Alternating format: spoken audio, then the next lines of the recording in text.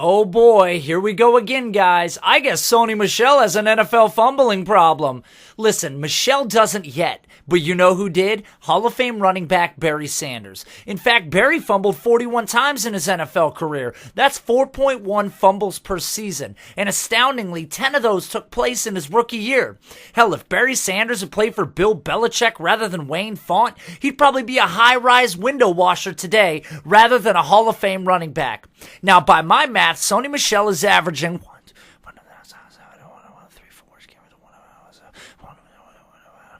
0 NFL fumbles throughout his NFL career. But yet people on Twitter are still like, Sony Michel's dropped more balls than Dick Clark. Well, Happy New Year's. Because Kareem Hunt once fumbled the ball as well. If I remember correctly, didn't he also go on to win the rushing title as an NFL rookie? In case you forgot, here's a graphic.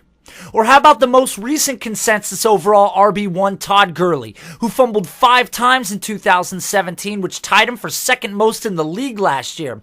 In fact, over the past 3 seasons, Todd Gurley has the 3rd most overall fumbles in the NFL. I don't hear anybody talking about his ball security issues. Meanwhile, Sony Michel still has 0 NFL fumbles, but 1 apparently egregious practice fumble during a drill. So what does Sony Michel's advanced metrics say about him? For starters, he generated the highest rate of 15-yard or greater carries in the class at 14.1% in 2017. He was number 5 in the class in elusive rating. He was number 4 in the class in yards after contact when at or behind the line of scrimmage. He was also number 4 in the class in breakaway rating. And as far as pass protection is concerned, on 52 pass blocking attempts, Michel only allowed 2 total pressures. Now, the New England Patriots haven't taken a running back in the first round since 2006 in the Bill Belichick era, and that was Laurence Maroney at pick 21. And prior to Sony Michel, the New England Patriots hadn't drafted any running backs at all since 2014, which of course was James White in the 4th round. So what can we expect year 1 from Sony Michel? To answer that question, let's take a look at what his draft position has historically yielded. When we did a search for running backs drafted over the last 17 years between picks 28 and 32 of the first round, and players who suited up for at least 10 games and looked at their first year usage, here's what we found. As you can see, we ended up with a list that ranges from Doug Martin in 2012, who saw 368 touches, all the way down to David Wilson in the same season, who saw just 75.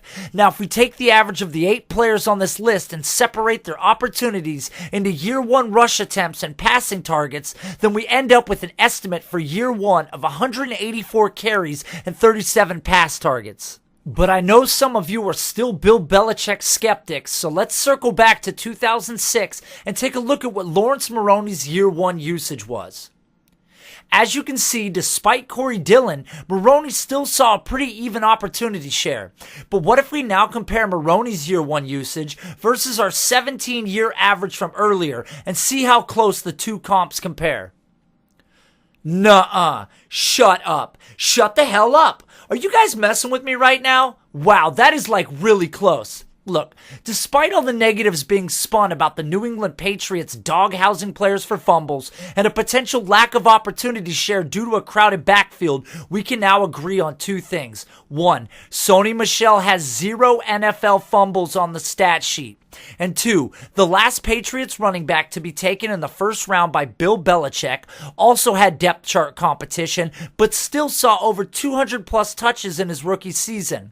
So until otherwise told so, it sounds like Sony Michel should be good to go for week 1 of the NFL season, and any dip to his ADP is a good thing. Because as far as I'm concerned, I'm buying into the hype, not fading it. Because his current role in the New England offense is nice, but he's just 1 depth chart injury away from potentially elite RB1 production.